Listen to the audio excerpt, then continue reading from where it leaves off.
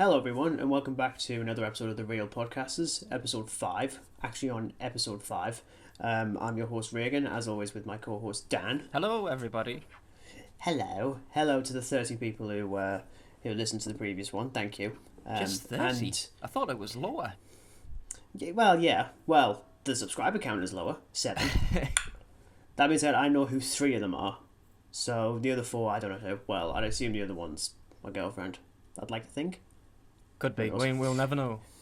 No, we'll never know. So, what's going on with this episode? Well, as per usual, talking about what crap we've been watching over the past fortnight.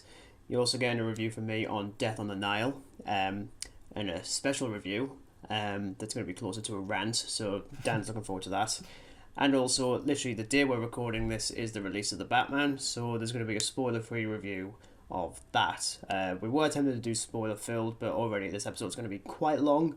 So, spoiler free this week, and next week we'll go into the nitty gritty of the Dark Knight and all that stuff. I'm curious as to what you've been watching, Dan. I feel like it's going to be some horror, possibly Halloween again, and you're actually pretty spot on.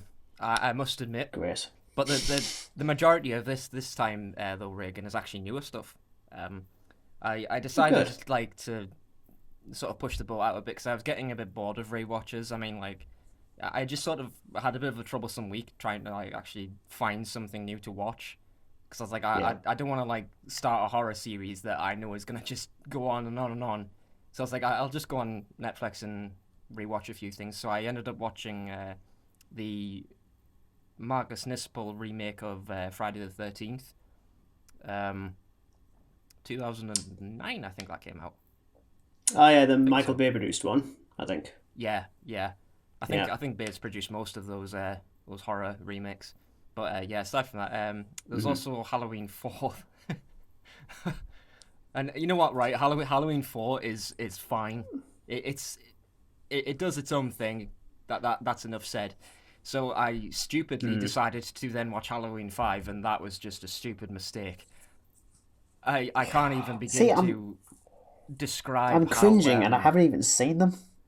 It is an absolutely disgusting don't. It is a disgusting don't. Film. I'm going to use that. Yeah, it's a disgusting don't. It's a DD film.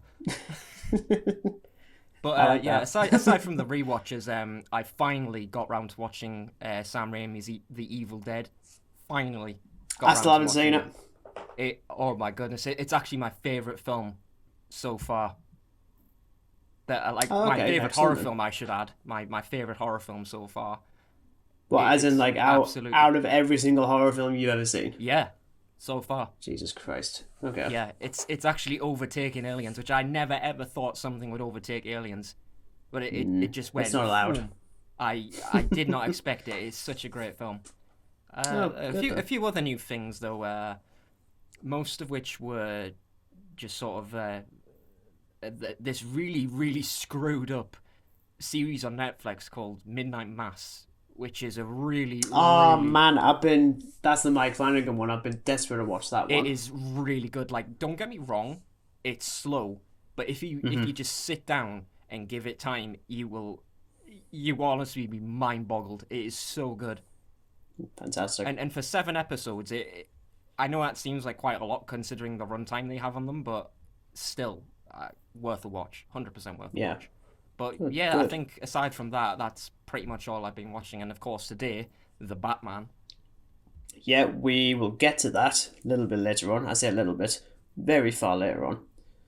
So what about you? You've obviously been watching some newer stuff. Yeah, I've seen a few stuff. Saw 3 things in the cinema this week. I think that's actually a record for the first time in a while.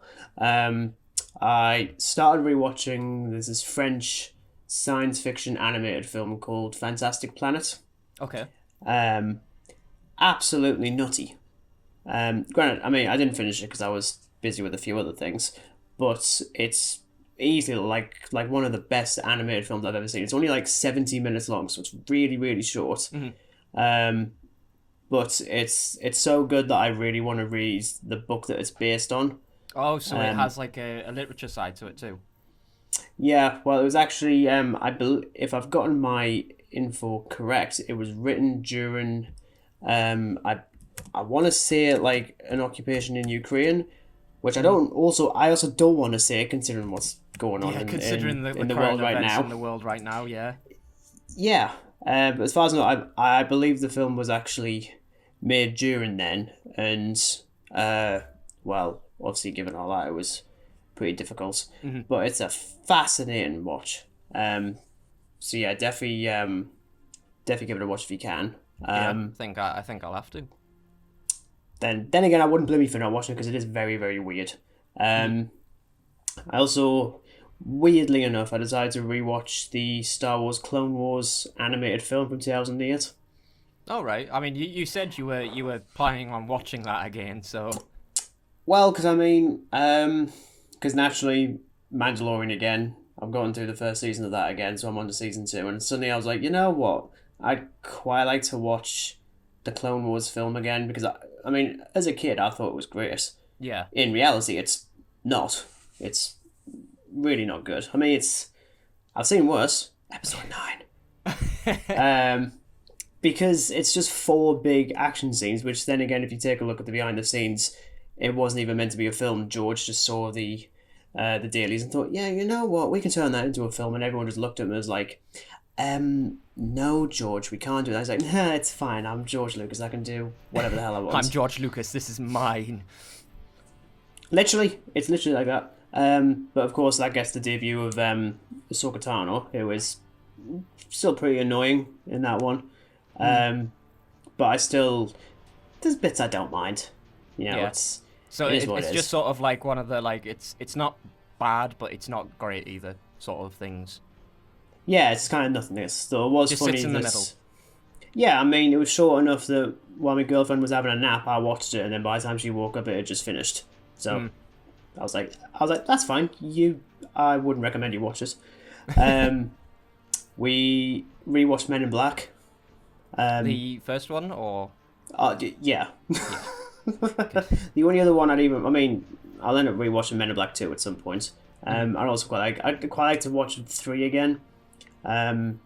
Because that one would be a fascinating one. Not the new one though. I just screw that. It was terrible. Yeah, I mean, I think I've seen maybe the 3 films, but I can't remember a thing about. I mean, the first one I remember because I've seen that a few times, and probably need to watch it again, to be honest, because it is a and it's a comic book film, so yeah. I mean, I never actually knew it was a comic book film until like years later down the line. Yeah.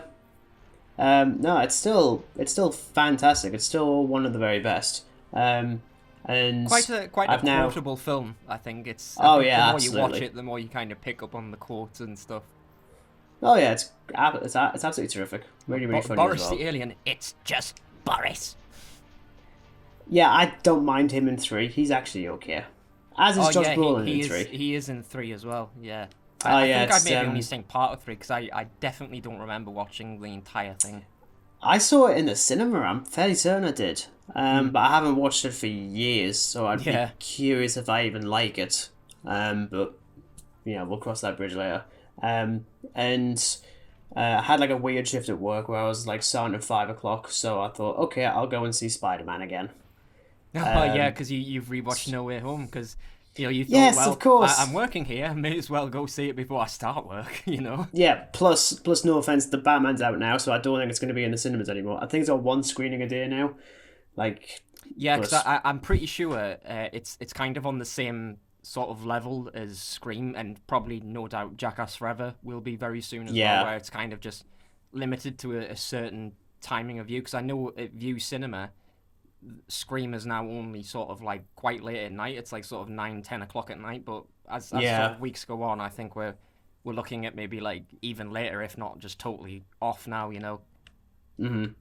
Yeah. But otherwise, the other things I've seen are the things I'll be talking about. So we will start with Death on the Nile, I believe. Now, you mentioned in the last episode that you'd seen it.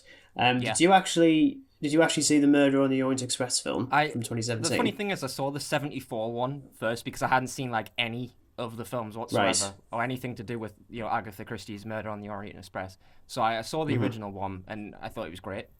you know. Yeah. And then I watched the sort of recent one, and I didn't really pay enough attention to it because of obviously seeing like the 74 one. It's pretty much the same plot, but there are things done a little bit differently, whether it's like cinematography or just the way that like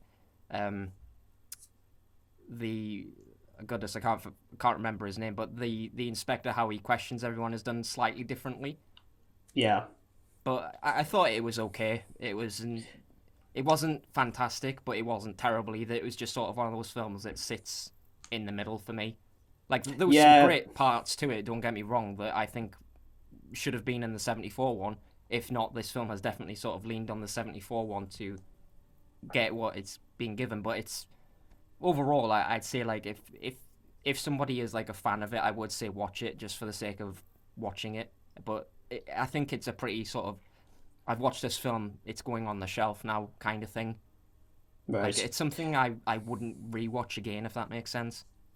Yeah, no, it's well, his thing, I've only seen it once. It was one of the earlier films that me and my girlfriend saw as like date night in a cinema. Yeah. And watched it once, never watched it again. I thought it was fine. You know, it's pretty mediocre. There's stuff I like. In particular, I think Kenneth Branagh, it was terrific as Poirot. Mostly because of the mustache. It's a legendary mustache. It's almost beats out Henry Cavill's non-existent one in Justice League, which is impeccable. But it's weird saying like I was actually quite looking forward to this one. It might purely just be the fact that the backdrop is Egypt. Yeah. Which I am like such a nerd for Egypt. It's ridiculous. Otherwise, I don't really know why I was looking forward to this. Maybe because I thought, well, if you're doing a sequel, in theory, you should improve. In truthfulness, I was looking forward to it just because of like it was Egypt, because I kind of have like a thing for like adventure stuff like that when it particularly involves Egypt. Like, I mean, like horror films like The Mummy, you know, it's set in Egypt and it's got like adventure-ness to it, if that's a real word, adventure-ness. But well, and obviously if the cast not, as it well. Is now. The cast was a good choice. It was Gal Gadot in it. Yeah. I was gonna say something much like with the original. You've got, well, I said the original. You had sort of the returning cast and a few new other people as well. Yeah, so maybe for those who don't know, you're on a boat on the River Nile. There's a murder, and Poirot has to deal with it. Although he reckons he's on holiday initially, and immediately you're like, no, I don't think so. Because I mean, like after watching Orient Express, like it's kind of deliberately set up that he's not going to get this holiday. So I think that was one of the things that kind of, well, it didn't nudge me at first, but now it sort of nudged me because obviously I saw Death on the Nile first. Mm-hmm. Yeah, I mean, for me, when it comes to murder mystery stuff, I tend to be. It's one of those genres I never really looked at that much. I mean, easily the most unique one we've gotten in the last few years is easily Rian Johnson's Knives Out. Yeah. Which was incredible. It's absolutely spectacular. And Death on the Nile, much like with Murder on the Orient Express, feels more like a return to the classic style of doing it. In terms of like the big ensemble cast of like different stars and stuff like that, and the lavish costumes, the production, all that sort of stuff. So it fits in more with something back then. I mean, as a general, like, I think like getting like the tone of like the actual film and stuff, like the old fashioned boat on the river, the costumes and stuff, like it gave you like a sort of feel of like you're in the time it's taking place. Mm-hmm. So I've got to give them that, like, at least. Yeah, I was going to say like some of the positives I've got is absolutely the production design is impeccable. The boat itself looks fantastic. The costumes, when they're actually on location, it looks nice. When they're not, it looks like shit. There is literally, oh my god, the okay, we're going to get into the negatives already. Because if I'm going to be honest, this is about on par with the first film for me, in that there are things that I like, and I like them, but there's enough things that I dislike that just kind of levels it out.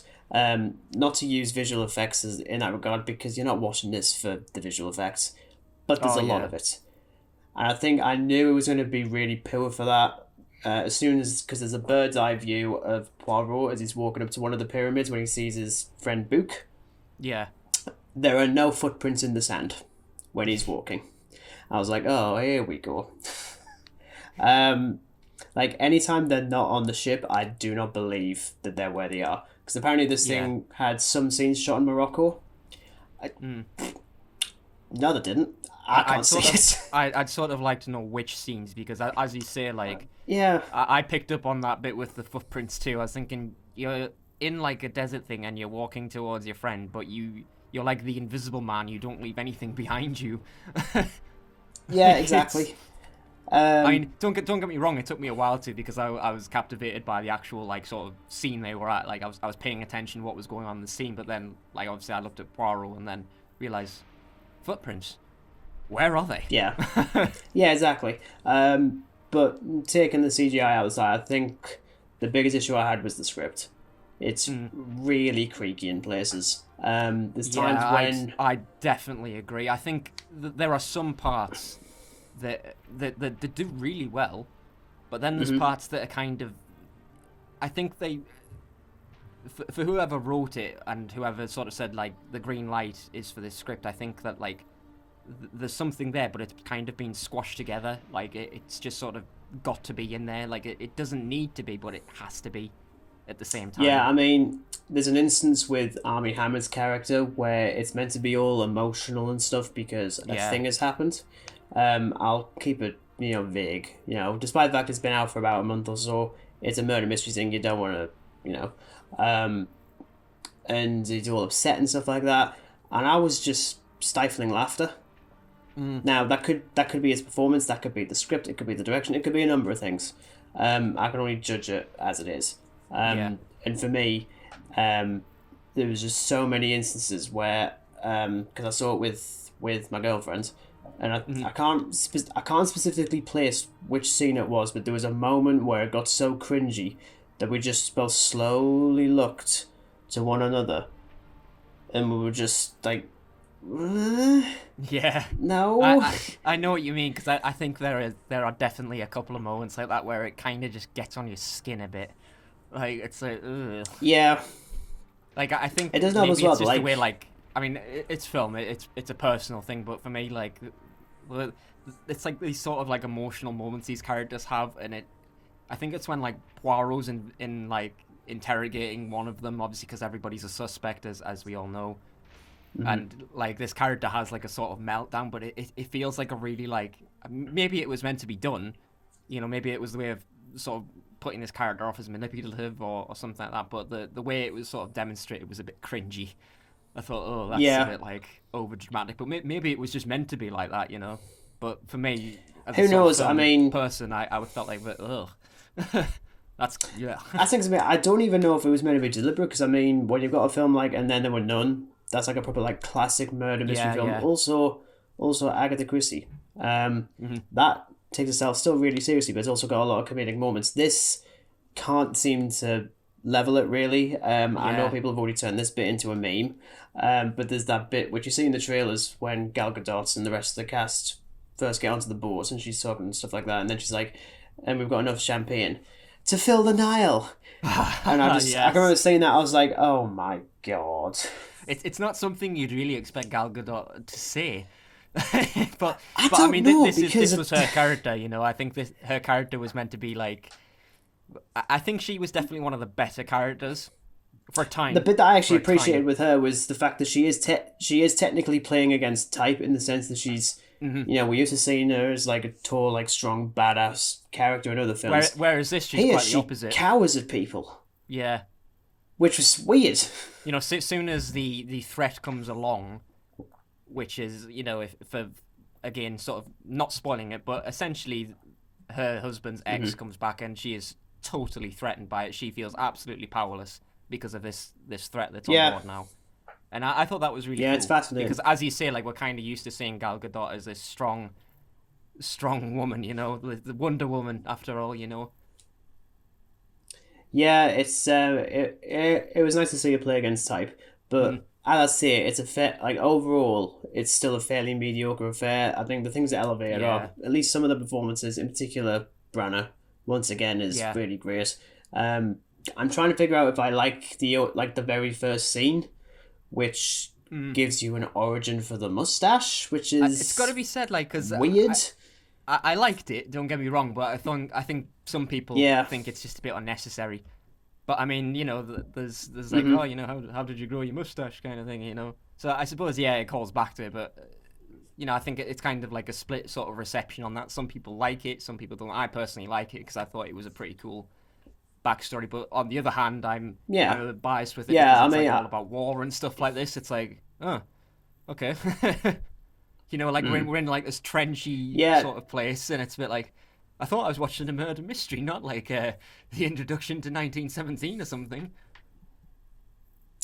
yeah, it's just funny how, with this being an Agatha Christie thing, I find it hilarious that somehow I was more emotionally invested in the Doctor Who episode with Agatha Christie in. Oh That yes, isn't the good. unicorn and the wasp. Yeah, once Hmm. again, continuing the trend of referencing Doctor Who in every episode. Um, Fifth I episode. promise I will get to it. I will get to it. I'm just trying to work myself up to it. But yeah, overall, it's fine. Whether I'd watch it again, I don't know. I'm probably not I going to go out and think get the Blu-ray. if I was gonna like sort of compare the two, I'd say I was most likely to watch Death on the Nile again because I was just far more interested in the scenario of it. Like if I didn't see the original Murder on the Orient Express, then maybe I would go back and rewatch it. But because I've seen a film, and obviously the updated version of it, they have the exact same plot, just things are done a bit differently. Like it's essentially the same story, so you don't need to like watch every single sequel to Orient Express because it's the same story at the end of the day. Yeah, But whereas like I yeah. haven't seen like a Death on the Nile film, so this I'm more likely to go back and rewatch. Yeah, I agree. But yeah, as I say, overall, it's fine. I mean, I'm definitely glad I watched it, and I'll probably watch it Oh again yeah, at me some too. point in the future. But I'm in no rush. Um, Much like with the next film I want to talk about. So I have not mentioned this once to you at all. I barely mentioned it to anyone. No, I'm looking forward to Big, this. yeah, big shout out to my father for highly recommending this film that he'd never seen. Okay. Um, who, and the director's previous effort, he also highly recommended, which he also hadn't seen. So, yeah, I'm going to talk about. This is a massive film in that it's tiny. I'm going to talk about a film called Werewolf Castle. Werewolf Castle. Oh goodness. I'm not even shitting you. It's a real film. So I'm going to give you like I my can't say little I've heard of it, but synopsis. I'm kind of just imagining like it's one of these like Prime Video selections you'd find. Yeah, It's one of those. Okay, okay, it's there. right. So it's So one of these Prime catalog horror films. yeah, so this follows a young man called Thorfinn, Right. pausing for dramatic effect because no one is called that. Whose village in the Middle Ages is targeted by a cult of vicious werewolves. Right.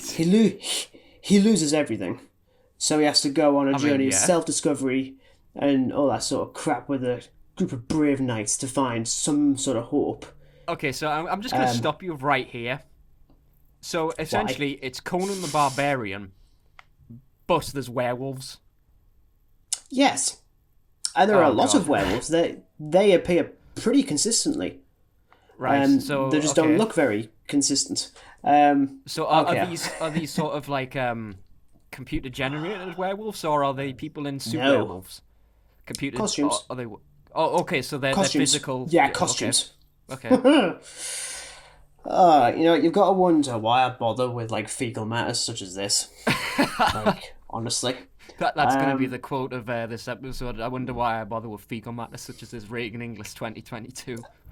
I could say that for a lot of things. And honestly, it would be great to say that the auteur that is Charlie Steeds, and I say auteur loosely, because he probably can't even spell the damn thing. I couldn't, to be honest, either.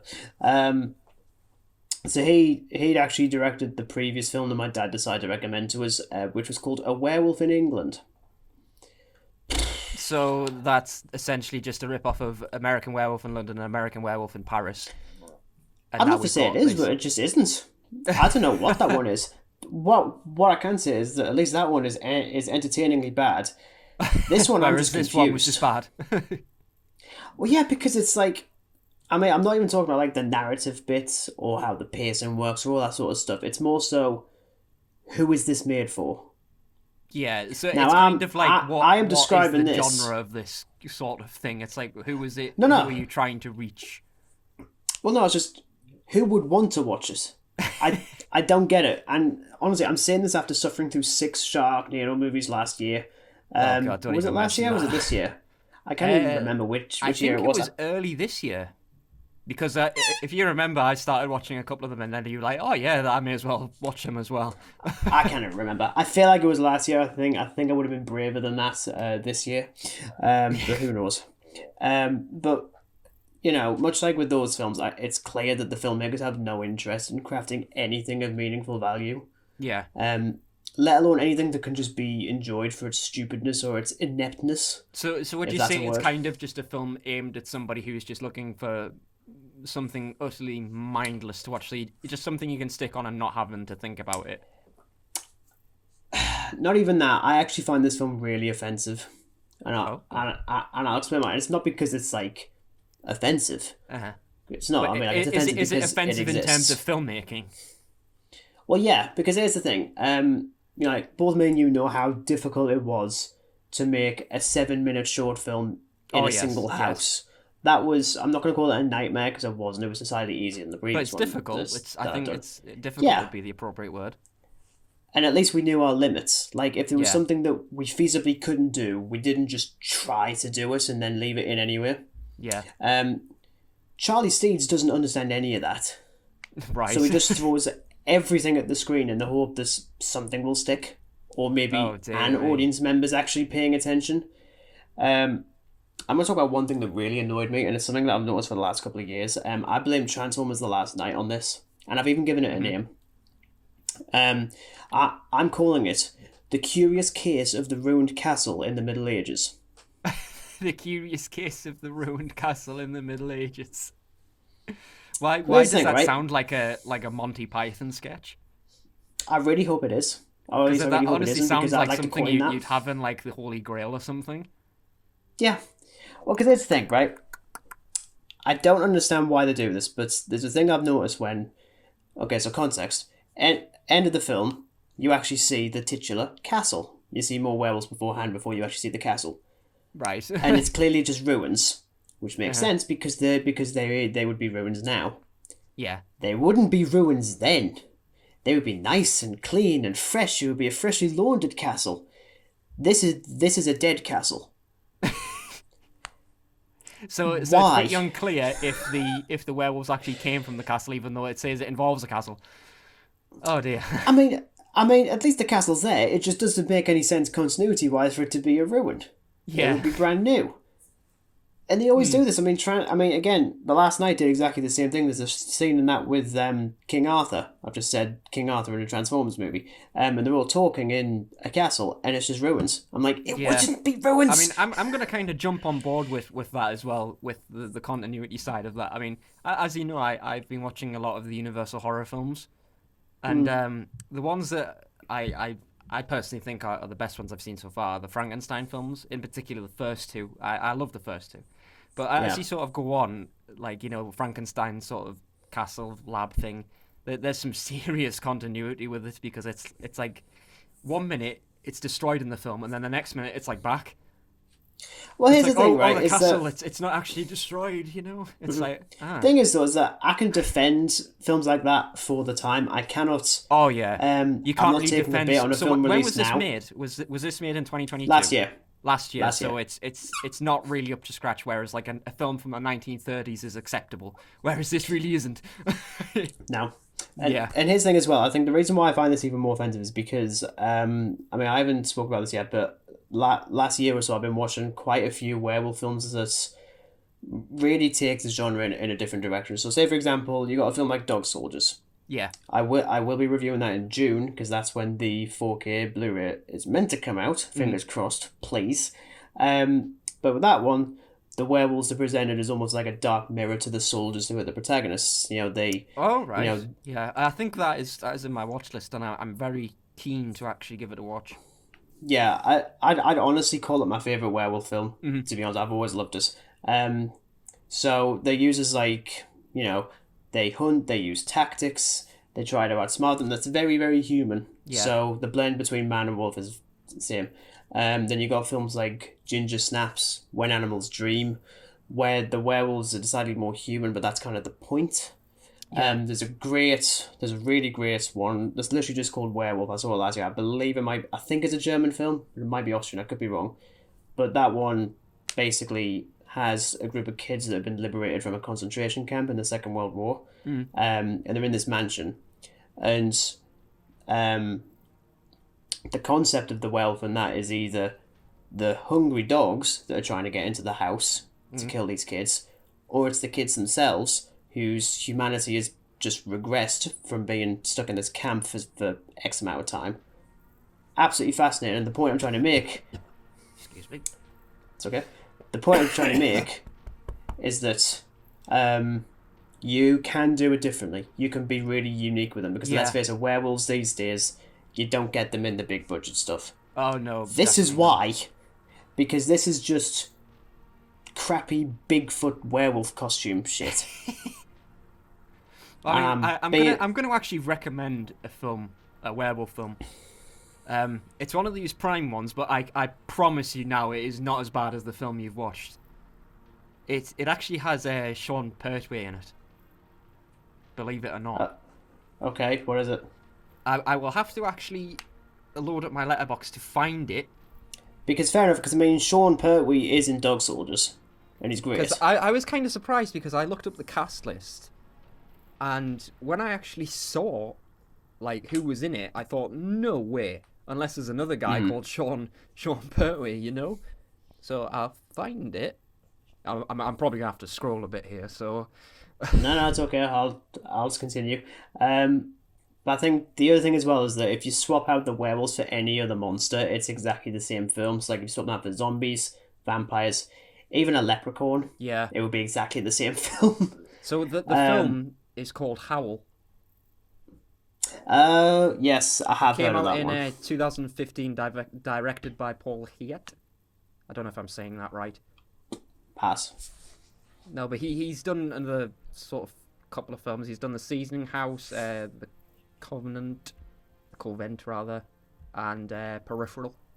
I haven't seen any of those films, but yeah, it's on Amazon Prime, and it's definitely one of the better Amazon Prime films of. I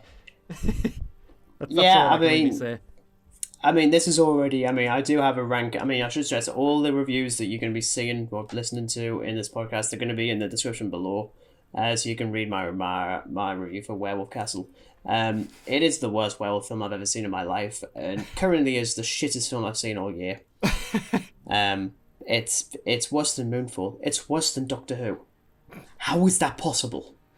How, Dan? How? Just dare these filmmakers to do something, and you're asking for it now, man. Yeah. Obviously, I'm highly recommending this. Thanks, Dad. Shout out to my dad for his glorious film recommendations. Sorry, Dad. But yes, obviously, the big one, we will be getting to in a second, is the Batman. This is obviously not the first time we've gotten Batman on the big screen. It's the first time we've gotten a standalone Batman movie since 2017 with the Lego Batman movie. I mean, in terms of my history with Batman on the big screen, obviously, I think for a lot of people, the first one that I saw was The Dark Knight. I couldn't say I've actually seen any Batman film in cinema, unfortunately, and goodness me, I wish I saw Nolan's ones, because I think that would be an experience and a half, you know. Yeah, I think I missed out on Batman Begins. I got the DVD off from my granddad for The Dark Knight. Not too long after that came out, and then weirdly enough, with The Dark Knight Rises, I didn't even know. Cause, I mean, this is back when I didn't really use the internet that much. I didn't have social media. Yeah. I the only reason I found out that The Dark Knight Rises was happening was because I saw it on IMDb, which I found was hilarious. I thought I'd love to discover films like that again. Yeah. It just like popped up and it was like Bane and Catwoman. I'm like, what? When was Just this like a thing? yeah, I was like, I'd never heard of it at all. I mean, I think as for a lot of people, I've got a real affinity for those films, as does so many others. Hands up. You know, I love all the Nolan trilogy. Like I cannot fault a single entry in there. Like No, I mean, like my all-time favorite's obviously going to be Dark Knight because it's Dark Knight. But the other two are great as well.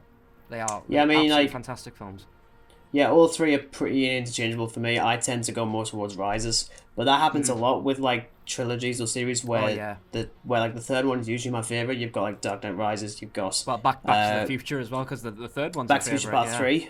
Yeah, Return of the Jedi as well. The Rise of Skywalker. I'm kidding. No. And then you've got you've got like the older ones from the 80s and 90s. I mean, I quite like the 1989 one. I think it's quite good. Batman Returns I don't like though, and that's always had like a weird reaction from people. I just don't like it. I actually prefer Batman Forever. Yeah, I mean, I like the first one. The 89 one. It's fine. It's Tim Burton's own thing. It was great.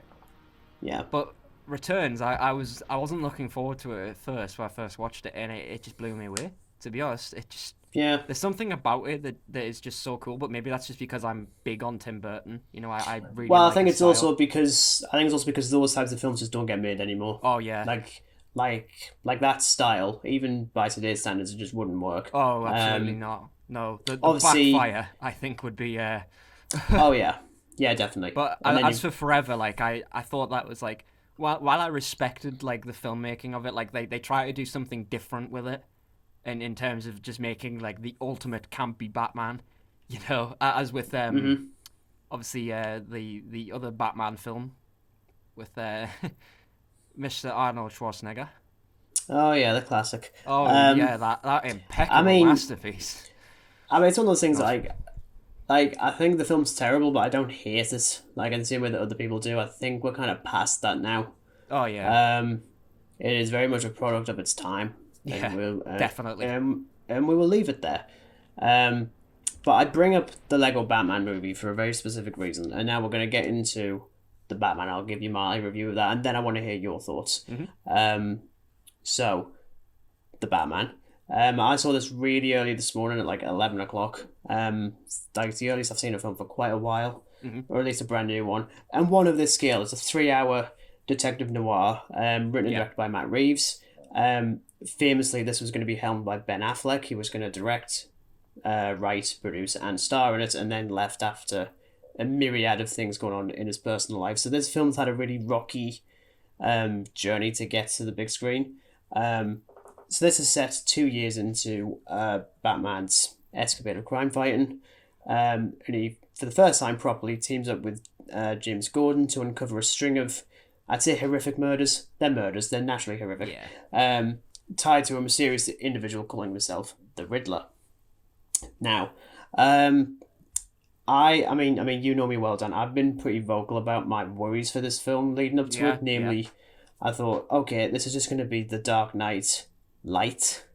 That's exactly how it looked. Yeah. And also them going on like, oh, it's going to be dark, it's going to be gritty. I'm like, that doesn't sell anymore. We've seen it. Yeah. And even my girlfriend mentioned, I think it was when we saw, I think it was when we went to go and see Belfast, because a trailer for the Batman popped up there, and even she was saying, I don't know how you could do Batman differently now, because they're all going to be the same. Yeah, and I 100% agree with it, because look at Nolan's trilogy. Like, yeah, you've got the gritty undertone, but like, how can you do it differently? Because you can't bring something new to Batman. Like, it's very difficult.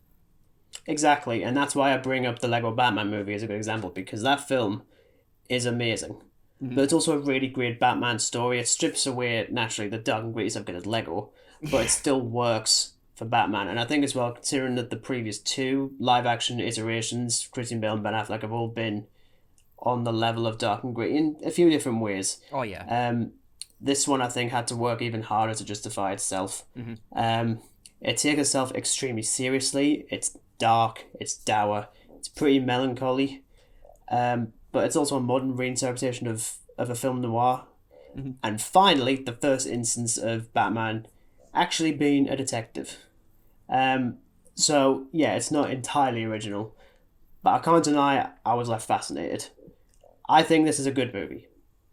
It's good. I do not think it's great. I do have issues with it, which I'll get onto.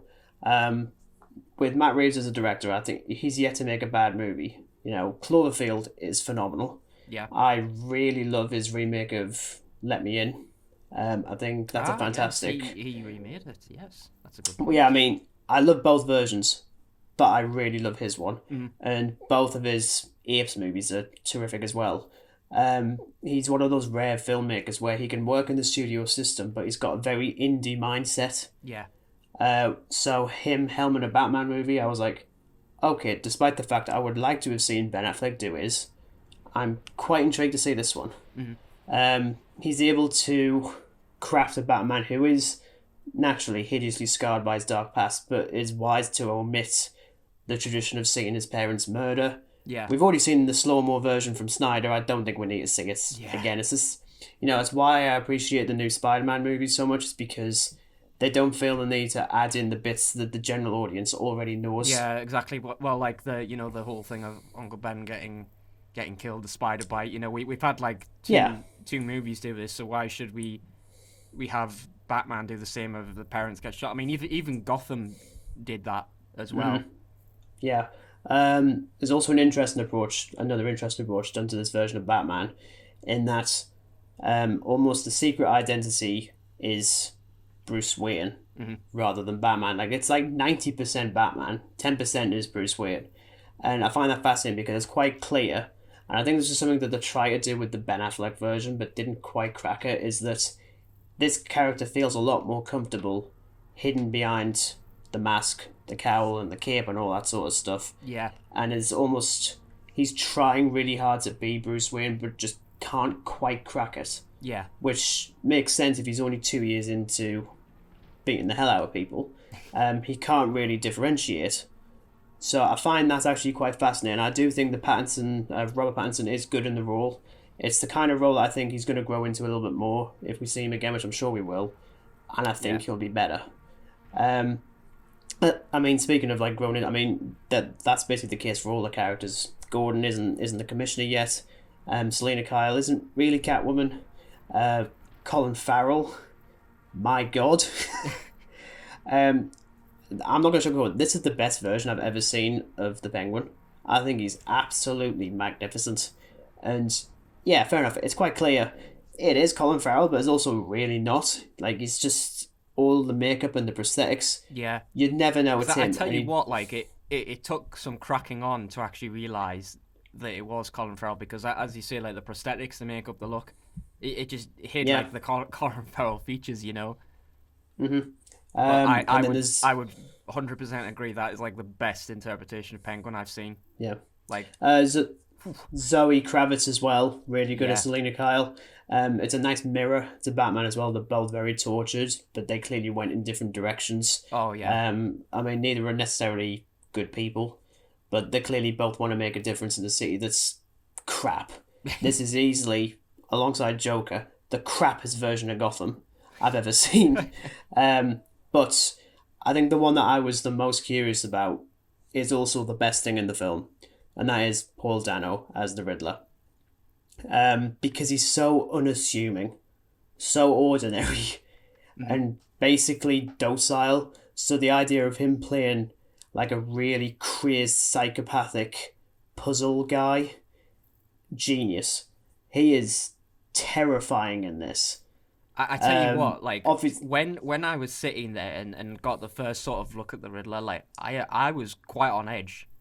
Like, I think there's like he's basically a horror villain of unpredictability about it.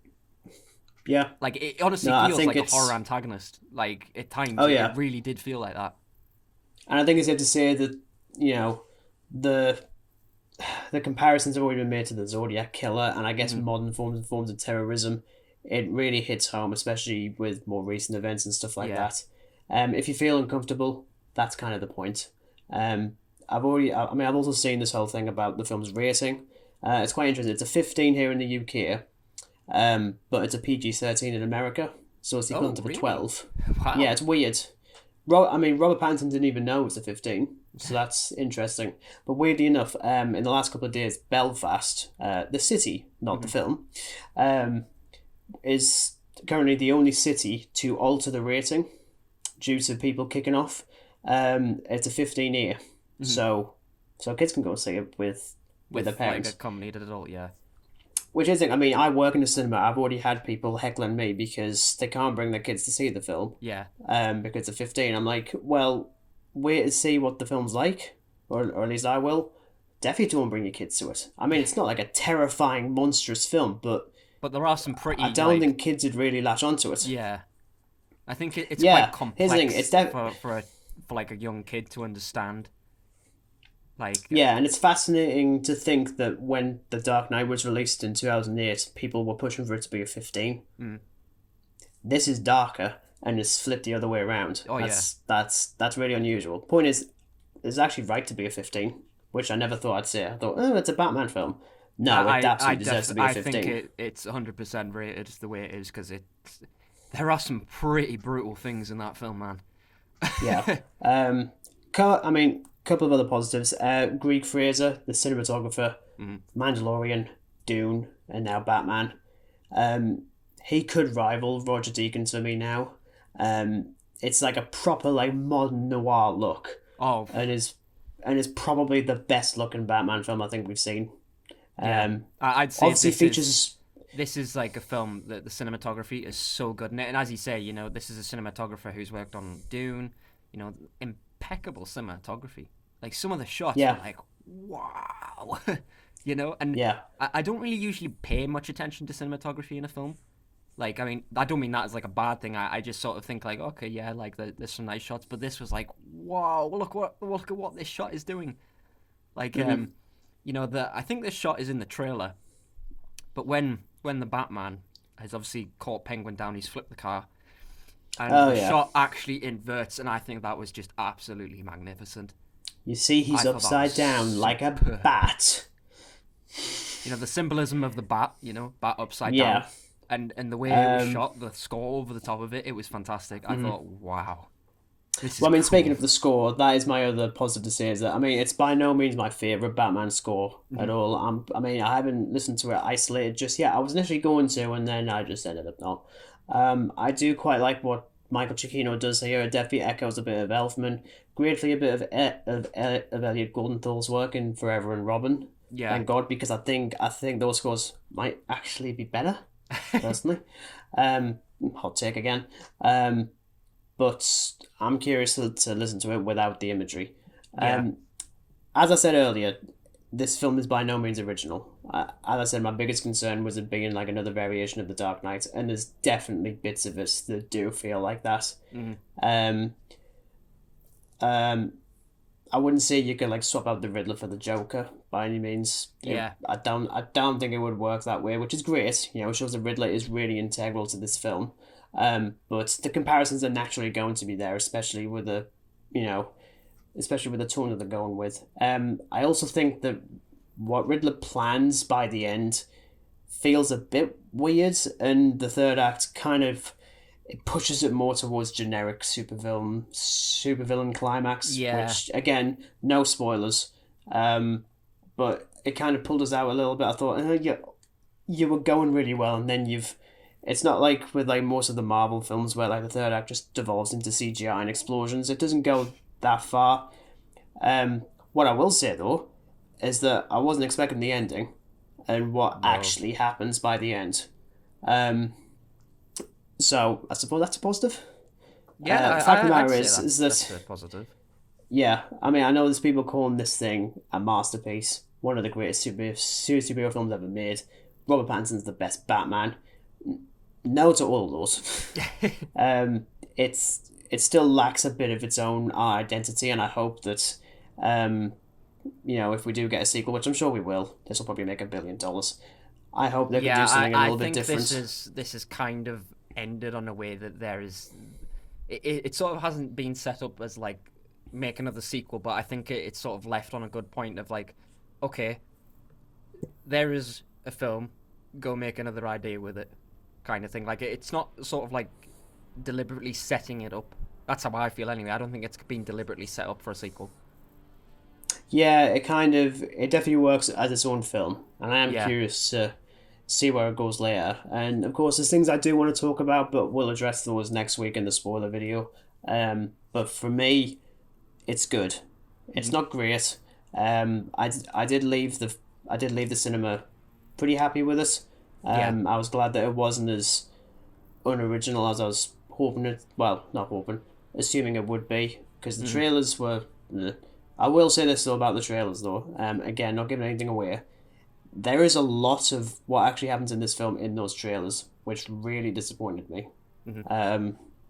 Quite a bit, actually, as it turns out. But as I say, that's something for spoilers. But obviously, Dan, you haven't really mentioned anything about your thoughts on this. I'm going to assume, based on the fact that you're smiling, that you are probably more positive on this than I am.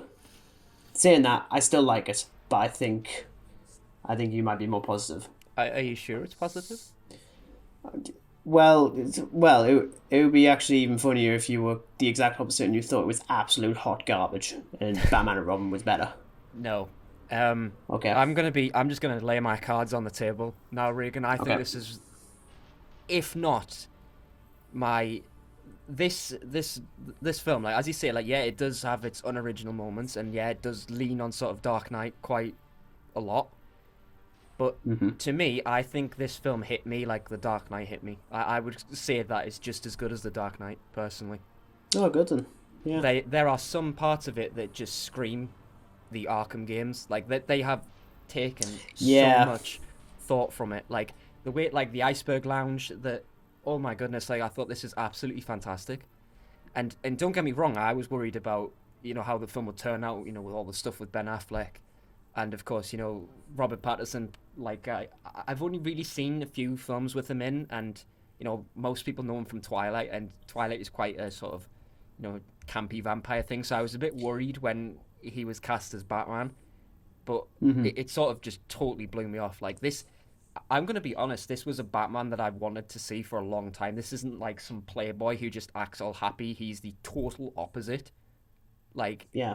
it's so gritty and it's so dark.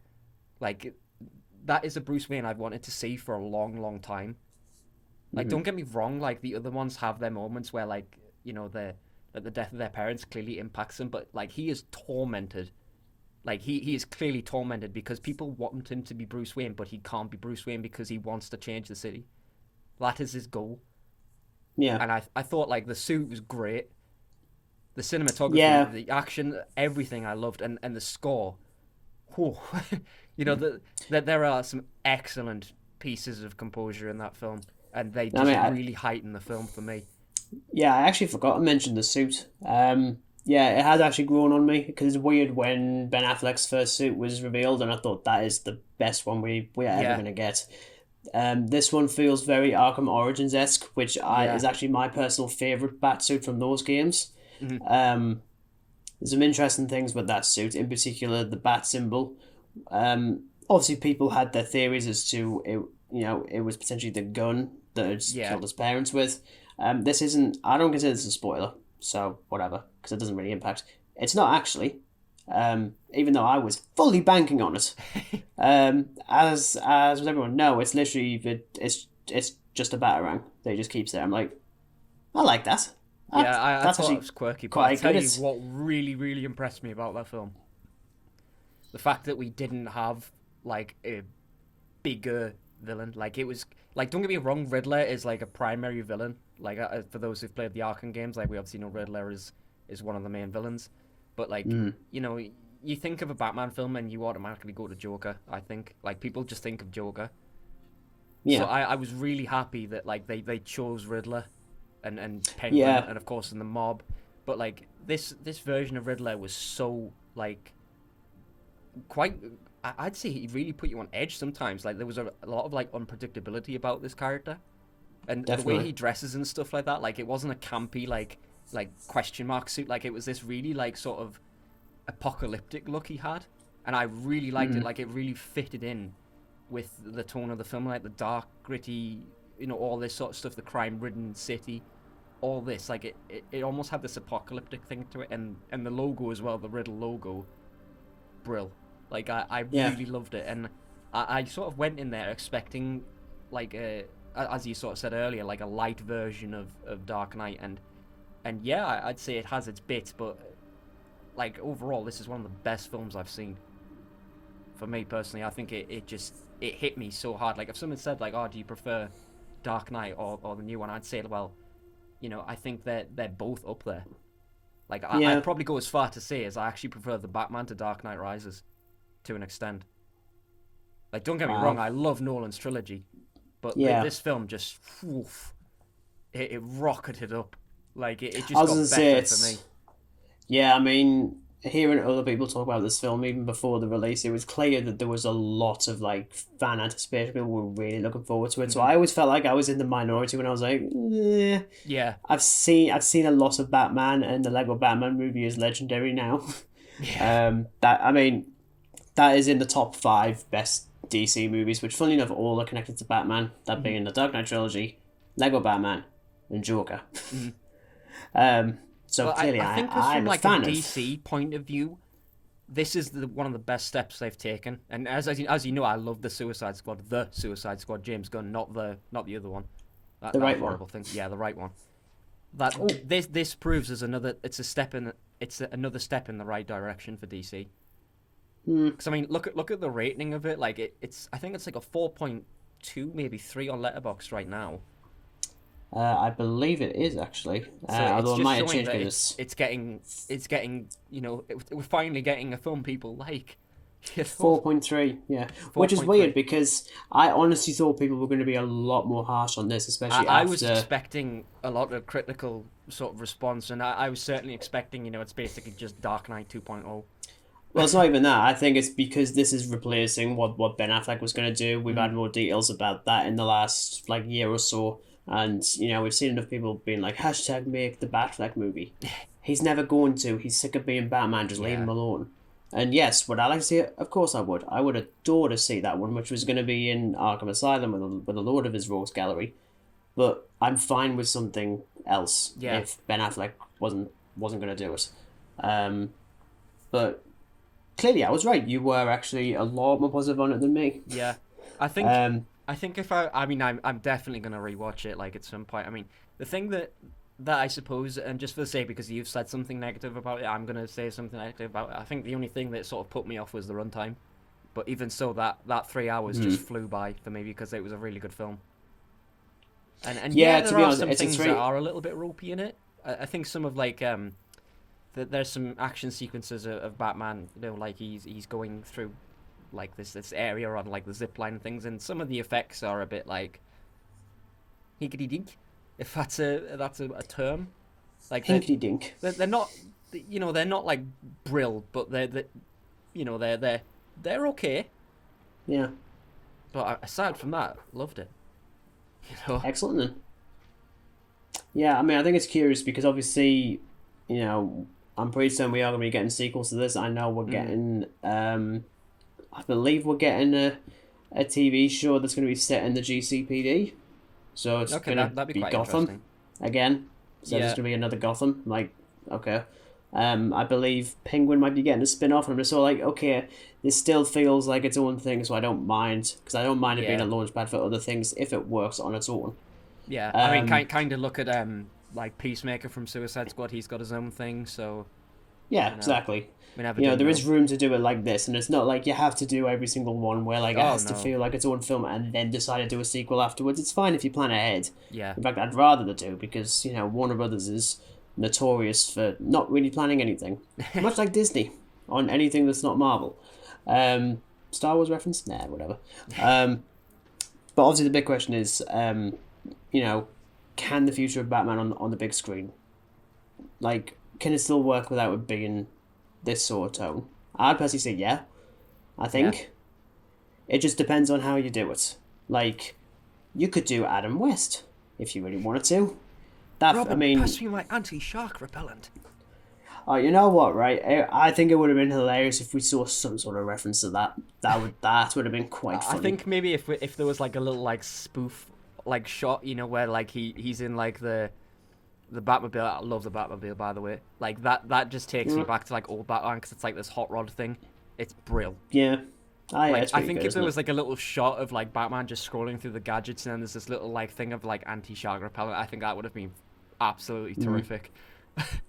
No, I mean, I will definitely get into spoilers next week about the kind of tech that he actually uses, because some of it is quite interesting. Oh yeah, I quite like, alongside a few other things. Now spoilers, it's fine. I'm doing really well to not spoil anything.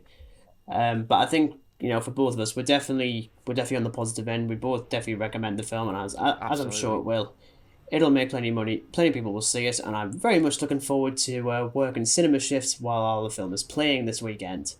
well, you need to time it so that when a dramatic moment comes in, you just come in and you gently clean. It's like when the music heightens, you just like go dun dun dun dun dun, like on the rail, I could do that. It could be quite funny. In fact, I mean, tomorrow I'll definitely be doing screen checks, so I'm sure there'll be plenty of instances of that. Oh yeah. Obviously, I'll be keeping an eye on the reactions from people over the next week, so we're going to probably discuss it next week. But for now, we are very much on the positive side. But that's it then. We've gotten to the end of the Batman. Well, I say at the end. We'll be doing it again next week. Part 1 of 2. Yes, exactly. Because I think initially, I was going to keep it spoiler free anyway, because I know you weren't planning on seeing it until next week anyway. Yeah. But because it's already a fairly packed episode, I was like, that's fine. We'll leave spoilers to next week. Plus, it's only just come out a day, so so we don't need to pre-warn anyone with spoilers. But next week, as I say, spoilers for the Batman for next week. Also, because I didn't realise this until before we actually started doing this, I'm going to blame Dan, because it is actually his fault. I didn't realise that Nosferatu is 100 years old today. So next week we'll talk about that. Yeah, so next week it'll be 100 years old and a week. So there is no better time to be talking about it then. And I'm just sure slightly we'll later. Just 100 days and a week later. Ever so slightly. I'd be fascinated to rewatch that one again, because I've always loved that one. No spoilers. But yes, thank you very much for listening, everyone. Episode 5. Just thank God. Like I said, next week should be quite fun. For the few subscribers that we do have that has just tuned on in the past fortnight, welcome at the very end. But yeah, enough said. Yeah, like, comment, dislike. I mean, links to letterbox in the description. You forgot to mention that. That's my job now. Shameless. Hey, I already did it before with the. Oh yeah, by the way, all of my reviews are in the description below. You did. Damn. Every time. Yeah, there will always be a shameless plug. There will always be a shameless plug, a Doctor Who reference, and a Star Wars reference. That's how it works. See, now we're going to have to do like a shameless riddle. No, I can't. Sorry. No, I don't have the intelligence. I don't have the intelligence for that kind of stuff. Okay, I tell you what.